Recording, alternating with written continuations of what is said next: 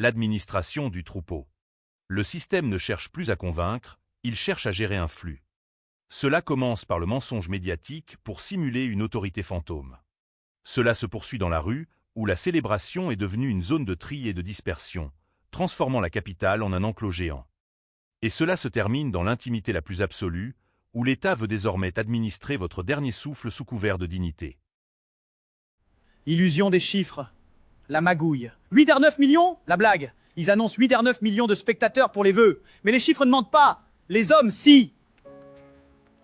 La vérité est dans les marges. En 2017, 10 millions de vues avec 50% de popularité. En 2026, la popularité a chuté de moitié. Mais l'audience ne baisse que de 15%. C'est mathématiquement impossible. Ils gonflent les chiffres pour simuler une adhésion qui n'existe plus. S'ils mentent sur les audiences pour paraître forts, pourquoi les croyez-vous quand ils parlent de sécurité numérique? Pourquoi les croyez-vous? La vérité est dans les rues, pas dans leurs statistiques. Ne soyez pas un chiffre dans leurs calculs, soyez l'éveil.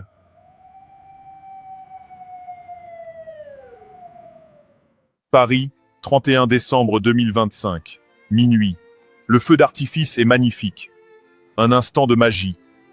Mais ne vous y trompez pas.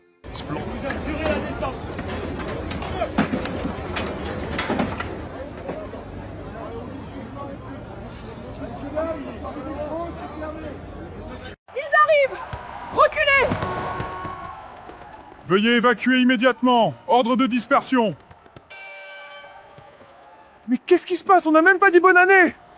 Jamais au grand jamais, on a vu la police charger juste après spectacle du Nouvel An. Pas de célébration. Jamais on n'avait vu ça pour un premier de l'an. Un régime qui ne supporte plus que le peuple soit réuni, même pour célébrer. C'est le passage du maintien de l'ordre au dressage pur. Le spectacle était un leurre. La réalité, c'est la matraque. Ne soyez pas le troupeau qu'il déplace. Réveillez-vous. Mourir dignement? Dans ses vœux, il nous vend la fin de vie comme une avancée.